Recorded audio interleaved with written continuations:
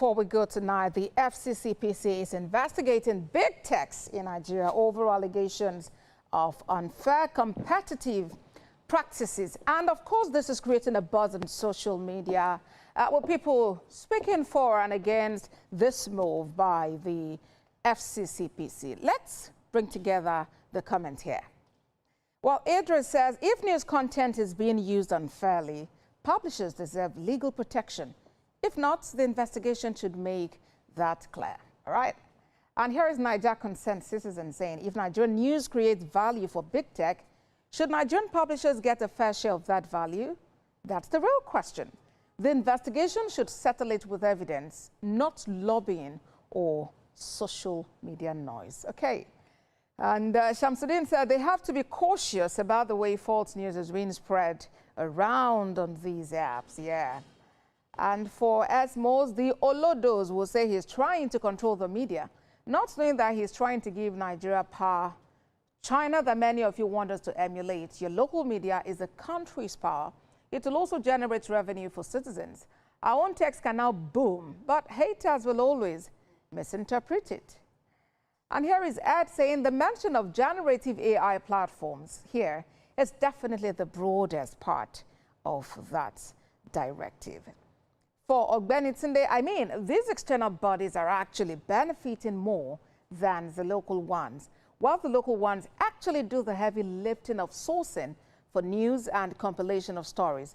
But at the end, stories on X, Google, and others get more clicks and revenue compared to others. That's one of the points also raised earlier by our guest.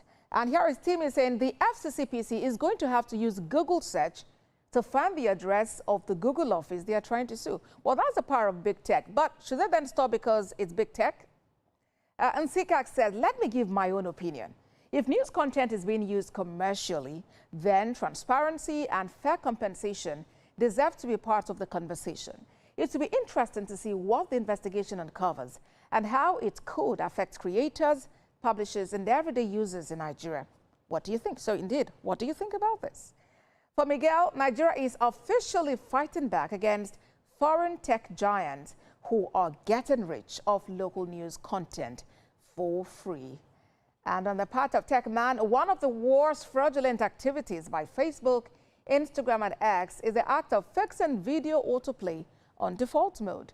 They make it extremely difficult for a user to locate where to change it. X just started it recently whenever you update it. Have you observed that as well? How is it?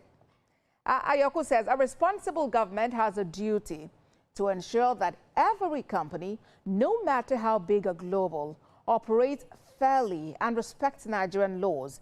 If there are concerns about anti-competitive practices or the use of local news content, then an investigation is the right step. Accountability should apply to everyone, and that exactly is what the federal government has begun through the FCCPC. And for Matthew, this is a deliberate attempt to silence opposing voices and suppress freedom of speech. I asked the editor of Nigerian Guild of Editors earlier, and he mentioned that he does not think it's this way. So what do you think about this? For Akikomi, he says this is a massive and highly patriotic move by President Tinubu, standing up to global tech giants like Google, Meta, and X to protect our local media industries. It's exactly what serious, forward-thinking leaders do worldwide.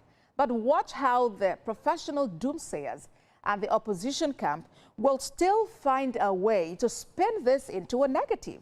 They literally cannot stomach seeing any actual structural progress under this administration. The work has begun. Sure that the FCCPC will definitely be showing progress report as they continue. And the call by the NG has been that they should come to the table, discuss the matter, and then get solutions. That's today's top story. Thank you for sending your